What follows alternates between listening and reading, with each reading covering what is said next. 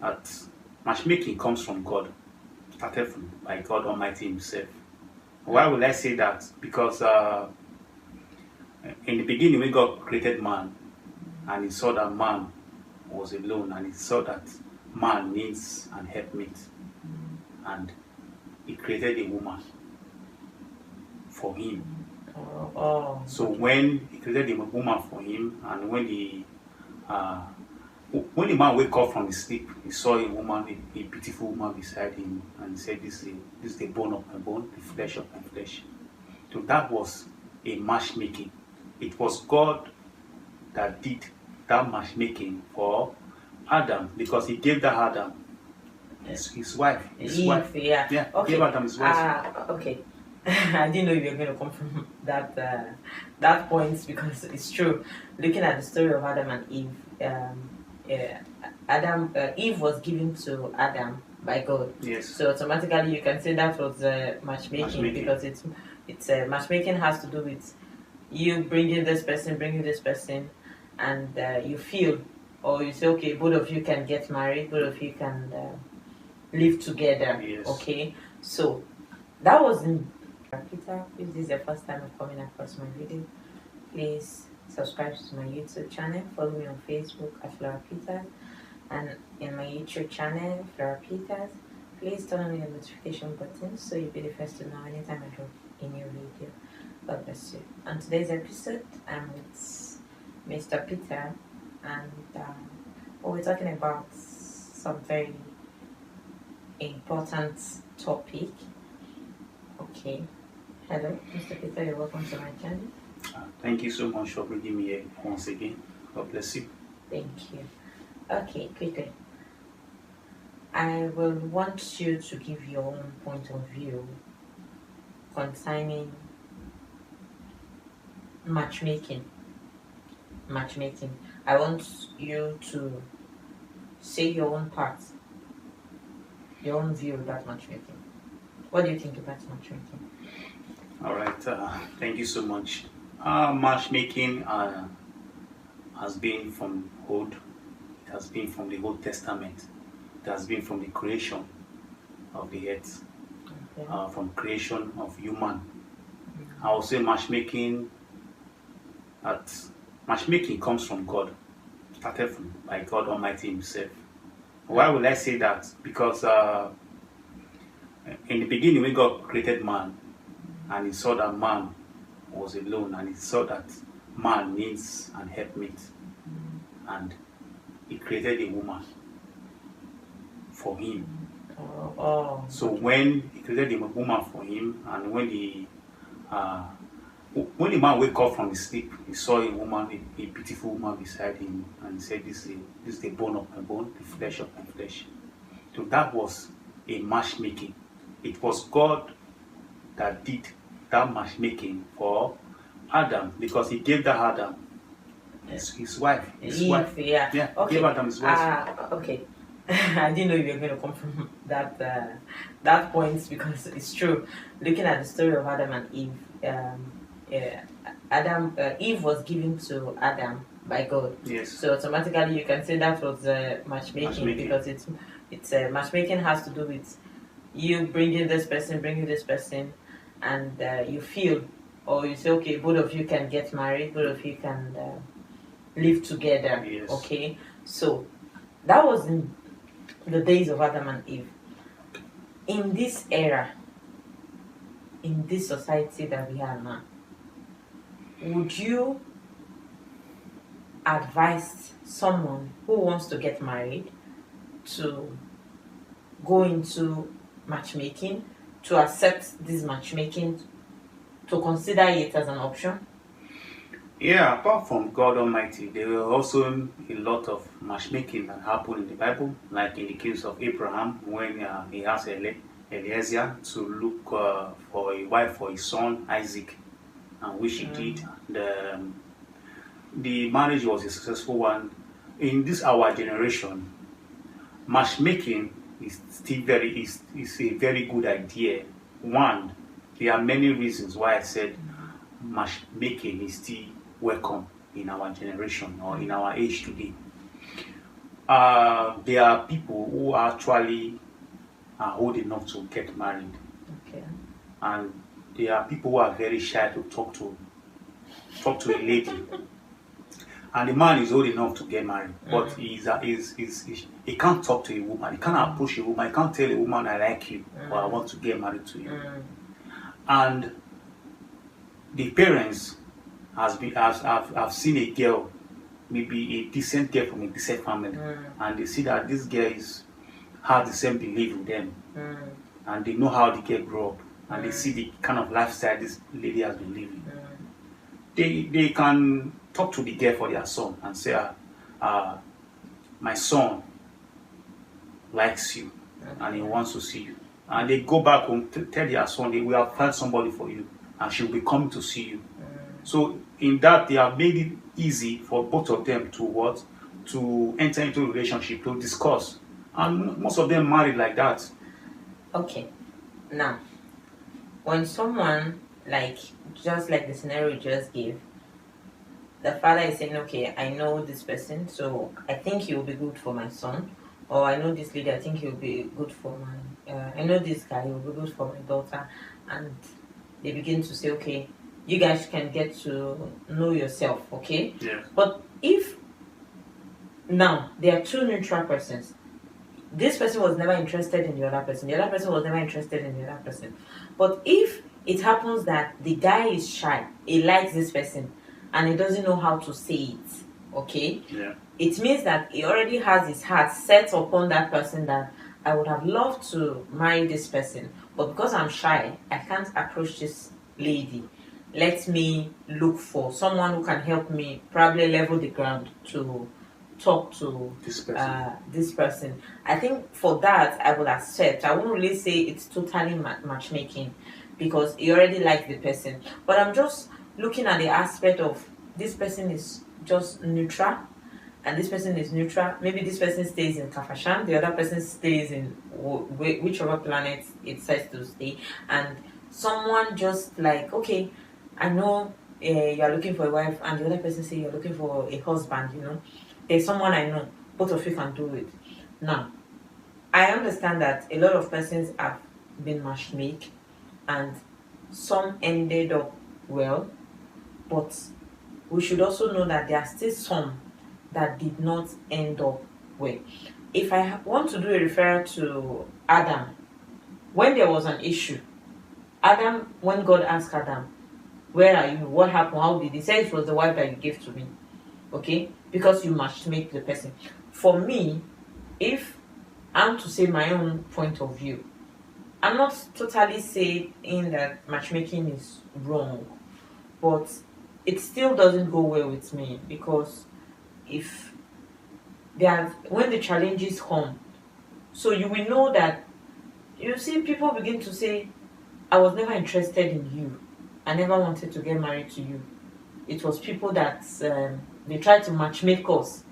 But if you are going through a challenges and you know that this was what you picked by yourself, don't you think that's a little bit? Thank you. When it comes to matchmaking, we have the positive and the negative. That is, we have the good side in it and the bad side in it. Matchmaking is not, nobody's forcing you to do anything against your will. Like the one we see is in Nollywood, where a politician will want to give his daughter to another politician's son, and the daughter will say, no, I have somebody. You understand? Because of the personal interest of the parents, they will force these both people to get married. Most of them, sometimes they get married, the marriage does not last because the foundation was not solid. Foundation was not on a solid ground. It was base interest of the both parents. Some do work because of the interest of the both families. Some do work, while some don't last because the foundation was not on a plain level foundation. So when you talk of marriage be failing because somebody gave you matchmaking with somebody, even the one you choose for yourself, there is still challenges. Even the one that you prayed and you were convinced in your spirit, should we measure men of God that their marriage didn't work most of them prayed about it. They asked questions about it. But something happened along the line. So there's no excuse. There is no excuse that any man should give that his marriage did not work. You understand? Because if they matchmake you, there's going to be issue. There's going to be quarrel. There's going to be misunderstanding. There's going to be disagreement. There's going to be financial crisis. There's going to be spiritual crisis. Even if you still choose your own spouse by yourself, that you say this one is the bone of my bone, the flesh of my flesh. The same Adam that was complaining, was he not the one who said this is the bone of my bone and the flesh of my flesh? And now he's now blaming God. That was because in that point he was enjoying himself and yes, because when he saw her, he was carried away by the beauty. He saw everything about her, and butterfly came out from his belly. Yeah. So he was saying all those things. So now when there are challenges, he's supposed to be the man to bear all the things the wife did or whatever happened. He's supposed to be the man to swallow everything, but he wants to shift the blame to God and to the woman. So either matchmaking or the one you choose for yourself, there is no one that will not face challenges, or there's no one that will not have issues. Most even work more when there is even matchmaking. Like in the days of our forefathers, most of our parents that married, the wife they married, their father gave them, their mother gave them. Sure. No courtship, no dating. They just bring the girl from the village and say, this is your wife. Until today, 100 years, they live together happily without knowing themselves, without doing courtship. In these days, they will say they are doing courtship, they are doing friendship. There's a popular artist that I will not mention his name that say he did a courtship with his fiancée or his girlfriend for a good 10 years. And they married not even up to 6 years or so. The marriage crashed. So because now the courtship was last longer than the marriage. That's true. There are some persons that do some courtship. Because one, in courtship, two of you are still pretending to yourself. Two of you are still living fake life. It is in marriage. Marriage is an opener. It is marriage you will really know the person you married to. Because when you're in courtship, she will come to your house. Maybe your plate is dirty, she will wash it. Maybe your clothes is dirty, she will do. Maybe she's coming, she will buy takeaway from you for you, things like that. And butterfly comes out from the two of you tummy. She will not insult you. She will not use her to rub your head. She will not call you by your name then. But when you are married, she begin to call your name. She begin to maybe things, like being herself. Then you not begin to complain that this is not the one I married. I married. Okay, I didn't see matchmaking from the point of view which you just gave, because if I'm going to advise anyone to go into matchmaking, don't go into matchmaking. Don't allow somebody to matchmake you, and immediately you just go into marriage. The person is matchmaking you. He shouldn't matchmake you for marriage. He should matchmake you for a relationship. So in the process of the relationship, you can begin to study the person to get to know the person, right? And there are still some persons that I've seen some persons, because if maybe I hold you in a very high esteem, okay? If I hold you in a very high esteem and you come and you tell me, oh, my daughter, I have someone who is very, very good, who I know will be good for you and all of that, okay? Because you are the one that said it, that this person is good, both of us can be compatible. There are still some persons that, because of that, they just put that in their head and they go ahead with that person. They fail to now study the person. They fail to do their own investigation by themselves. They just take the one that was given to them by someone which they really adore or reverence. Okay? So if someone is matchmaking you, you should be able to study the person. You should be able to get to know the person. So if it's not something that is going to work, don't force yourself into it. Yes. I will have a little contribution to that. Some people are matchmaking you for their own benefit, for their own self-interest. Some, like I will talk about the story I heard about a pastor that a lady in his church brought a man to the pastor to say, this is my fiancée I want to marry. And the man happens to be working in an oil company. And along the line, I don't know the story they told the guy.